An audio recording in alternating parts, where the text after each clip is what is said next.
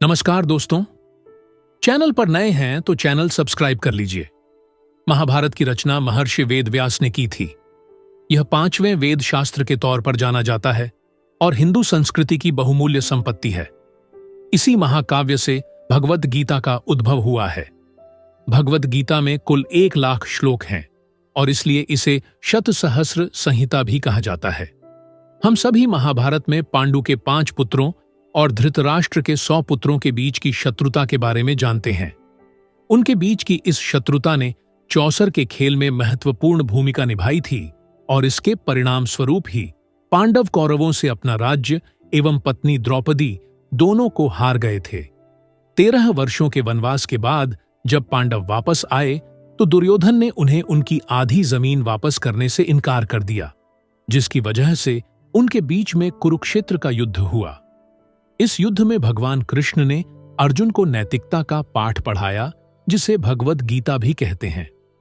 इस युद्ध को जीतने के बाद पांडव अपने परिवारजनों की हत्या के अपराध बोध से ग्रस्त हो गए थे और ध्रुवीय पहाड़ों की महान यात्रा पर निकल पड़े थे। इस यात्रा के दौरान स्वर्ग का द्वार बनाने वाले युधिष्ठिर का देहांत हो गया था।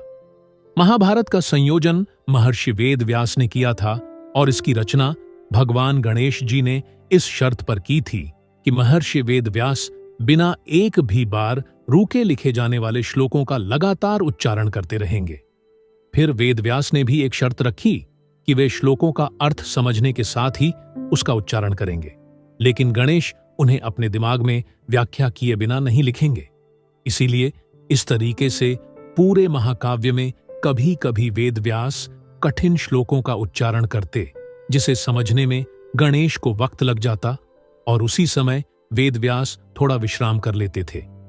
वेदव्यास नाम नहीं है, बल्कि एक पद है जिसे वेदों की जानकारी रखने वाले व्यक्तियों को दिया जाता है। कृष्ण द्विपायन से पहले 27 वेदव्यास थे और कृष्ण द्विपायन 28वें वेदव्यास हुए। भगवान कृष्ण के रंग जैसे श्याम वर्ण और द्वीप पर जन्म लेने की वजह से उन्हें यह नाम दिया गया था। अजीब लेकिन सच है कि व्याघ गीता, अष्टावक्र गीता, पराशर गीता आदि जैसी 10 अन्य गीताएं भी हैं। हालांकि श्री भगवद गीता भगवान कृष्ण द्वारा दी गई जानकारी वाली शुद्ध और पूर्ण गीता है। वैशंपायन, वेदव्यास के शिष्य, ने राजा जन्मेजय के दरबार में पहली बार महाभारत का पाठ किया था। जन्मेजय अभिमन्यु के पौत्र और परीक्षित के पुत्र थे। अपने पिता की मृत्यु का बदला लेने के लिए उन्होंने कई सर्पयज्ञ, सांपों की आहुति किए थे। शांतनु भीष्म पितामह के पिता थे। इनका विवाह गंगा से हुआ था। अपने अगले जन्म में शांतनु राजा महाभिष थे। वे ब्रह्मा की सेवा करने गए, जहां उन्होंने गंगा को देखा और उनकी तरफ आकर्षित हो गए। इसी बीच ब्रह्मा ने उन्हें श्राप दे दिया और नरक में जाने को कहा, जिसकी वजह से अपने अगले जन्म में वे राजा प्रतीप के पुत्र शांतनु के रूप में पृथ्वी पर आए और गंगा से विवाह किया।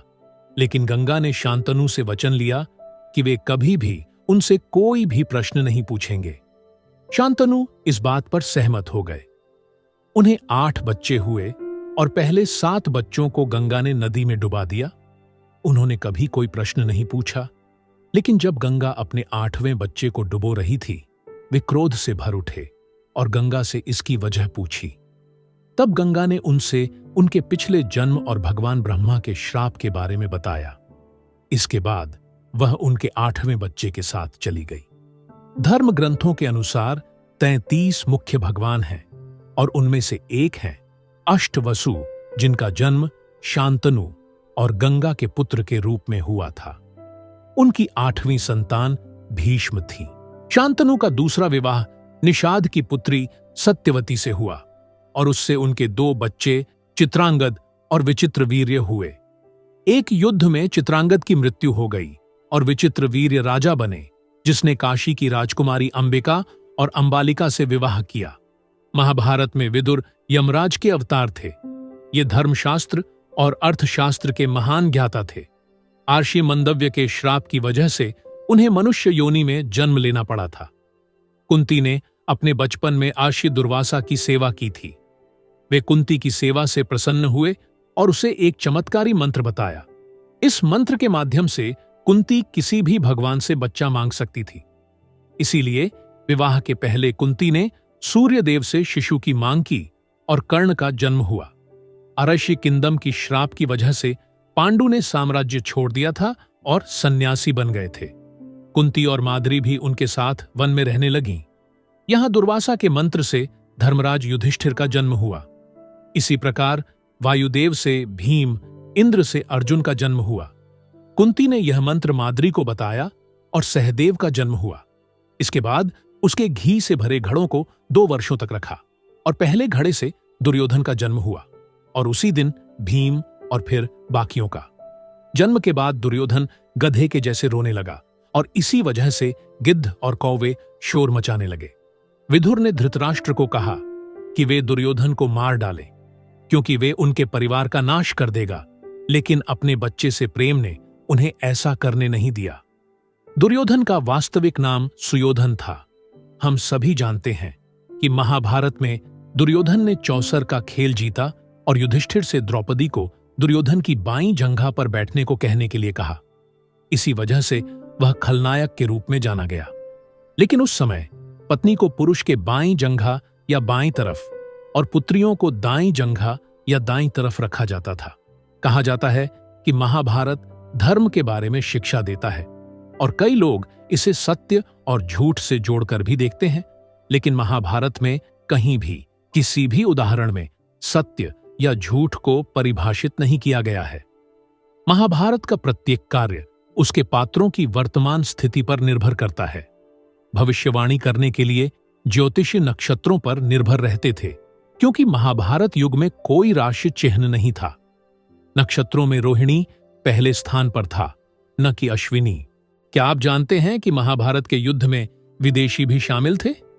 वास्तविक युद्ध सिर्फ पांडवों और कौरवों के बीच नहीं था, बल्कि रोम और यमन की सेना भी इसका हिस्सा थी। अभिमन्यु की मौत के लिए चक्रव्यूह की रचना करने वाले 7 महारथियों को उसकी मौत का कारण माना जाता है, लेकिन यह पूर्ण सत्य नहीं है। अभिमन्यु ने दुर्योधन के पुत्र की हत्या की थी, जो 7 महारथियों में से एक था। इसी बात से नाराज होकर दुशासन ने अभिमन्यु का वध कर दिया था। क्या आप जानते हैं कि इंद्रलोक की अप्सरा उर्वशी ने अर्जुन को श्राप दिया था, क्योंकि वह उर्वशी को मान कहकर बुला रहा था, जिस पर उर्वशी को गुस्सा आया और उसे श्राप दिया कि वह एक हिजड़ा बन जाएगा। इस पर भगवान इंद्र ने अर्जुन से कहा कि यह श्राप 1 वर्ष के अज्ञातवास के दौरान तुम्हारे लिए वरदान बन जाएगा और उस अवधि के समाप्त होने पर वह फिर से अपना पुरुषत्व प्राप्त कर लेगा। वन में 12 वर्ष बिताने के बाद पांडवों ने 13वां वर्ष राजा विराट के दरबार में निर्वासन में बिताया। अर्जुन ने अपने श्राप का प्रयोग किया और बृहन्नला नाम के हिजड़े के रूप में वहां रहा। भगवान कृष्ण ने अर्जुन को उसके अधूरे वरदान के बारे में याद दिलाया था। यानी जब अर्जुन ने वन में प्रवास के दौरान दुर्योधन की जान बचाई थी, तब दुर्योधन ने उससे वरदान मांगने के लिए कहा था और अर्जुन ने उपयुक्त समय आने पर मांगने की बात कही थी। इसीलिए अर्जुन दुर्योधन के पास गया और उससे भीष्म के मंत्रों से अभिमंत्रित 5 सुनहरे बाण मांग ली। दुर्योधन ने इन बाणों से पांडवों की हत्या करने की घोषणा की थी। जब अर्जुन ने उन 5 सुनहरे बाणों की मांग की, तब दुर्योधन भयभीत हो गया, लेकिन उसने वचन दिया था, इसलिए उसे बाण देने पड़े। फिर जब अगली सुबह वह भीष्म के पास गया और उनसे 5 सुनहरे बाण और मांगे, तो वे हंसे और कहा कि अब ऐसा संभव नहीं है, और कहा कि महाभारत के युद्ध में कल जो भी होगा वह बहुत पहले ही लिखा जा चुका है और कुछ भी बदला नहीं जा सकता। महाभारत के युद्ध में भगवान कृष्ण ने हथियार न उठाने के अपने वचन को तोड़ा था, लेकिन जब उन्होंने देखा कि अर्जुन भीष्म की शक्तियों का सामना करने में समर्थ नहीं है, वह असहाय हो गया है, तब उन्होंने तत्काल रथ की लगाम छोड़ दी और युद्ध भूमि में कूद पड़े। उन्होंने रथ के पहियों में से एक को निकाल लिया और भीष्म की हत्या करने के लिए उनकी तरफ फेंका।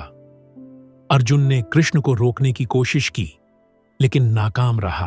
क्या आप जानते हैं कि भगवान कृष्ण ने कौरवों की बजाय पांडवों का साथ क्यों दिया? वास्तव में अर्जुन और दुर्योधन दोनों ही कृष्ण के पास उनकी मदद मांगने के लिए गए थे। वे उनके कक्ष में पहुंचे। दुर्योधन उनके कक्ष में पहले पहुंचा था और वह कृष्ण के सिरहाने जाकर बैठ गया था। अर्जुन कृष्ण के पैरों के पास गया और हाथ जोड़कर खड़ा हो गया। जब कृष्ण की नींद खुली तो उन्होंने अर्जुन को पहले देखा, मुस्कुराए और कहा कि वह उसका साथ देंगे। महाभारत में कौरवों की रक्षा जयद्रथ कर रहा था। पांडवों को चक्रव्यूह में प्रवेश करने से रोकने के लिए वह अपने वरदान का प्रयोग कर रहा था। जयद्रथ को भगवान शिव से वरदान प्राप्त था कि वह अर्जुन को छोड़कर बाकी पांडवों को युद्ध में एक दिन के लिए रोक सकता था। अर्जुन को भगवान कृष्ण का संरक्षण प्राप्त था, इसलिए वह इस वरदान से बाहर रहा। लेकिन जब अर्जुन के पुत्र की चक्रव्यूह में हत्या हुई, तब बाद में अर्जुन ने जयद्रथ को अपने बाण से मार डाला। एकलव्य का पुनर्जन्म द्रौपदी के जुड़वा भाई धृष्टद्युम्न के रूप में हुआ था। रुक्मणी के अपहरण के दौरान कृष्ण ने उन्हें मार डाला था। इसीलिए गुरु दक्षिणा के तौर पर कृष्ण ने उन्हें पुनर्जन्म लेने और द्रोणा से बदला पूरा करने का वरदान दिया था। दुर्योधन ने भगवद गीता सुनने से यह कहकर मना कर दिया था कि वह सही और गलत के बारे में जानता है। उसने यह भी कहा कि कुछ शक्तियां हैं जो उसे सही मार्ग चुनने नहीं दे रही। अगर उसने कृष्ण की बातें सुनी होती तो युद्ध टाला जा सकता था। आश्चर्य की बात है, द्रौपदी देवी दुर्गा की अवतार थी। एक बार देर रात भीम ने द्रौपदी को मां दुर्गा के रूप में देखा। वह भीम से खाली कटोरे में भीम का खून मांग रही थी। मृत्यु से डरा हुआ उसने यह पूरी कहानी अपनी मां कुंती को सुनाई। फिर उन्होंने द्रौपदी को भीम को कभी दुख न पहुंचाने के लिए कहा। नश्वर होने के नाते द्रौपदी को वचन देना पड़ा और ऐसा करते समय वह अपने होंठ काट लेती है। कुंती अपने कपड़े के किनारे से उनके होठों पर लगे हुए खून को साफ करती है और वचन देती है कि भीम उसके लिए कटोरा भरेगा।